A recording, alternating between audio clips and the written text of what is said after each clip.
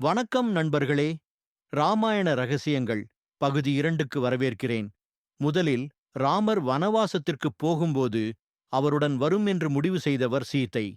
ராமர் தடுக்க நினைத்தாலும் சீதை சொன்னாள், நான் உன் மனைவியாக இருக்கிறேன், அதனால் உன் துன்பத்திலும் நான் பங்கெடுக்க வேண்டுமென்று. இது அவரின் பக்தியையும் தியாகத்தையும் காட்டுகிறது. அடுத்த ரகசியம், இலங்கைக்கு செல்ல பாலம் கட்டும்போது கற்களில் ராமரின் பெயரை எழுதினால்தான் அது மிதந்தது.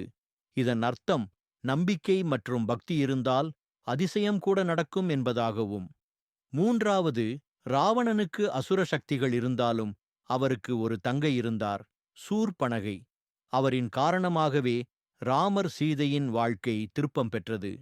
கடைசியாக ராமர் ராவணனை வதம் செய்த பிறகு அவர் தர்மத்தை காத்ததால் ராவணனுக்கே மோட்சம் கிடைத்தது.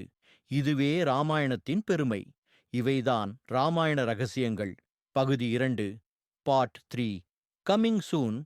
இன்னும் ஆச்சரியமான விஷயங்களை சொல்லப் போகிறேன்.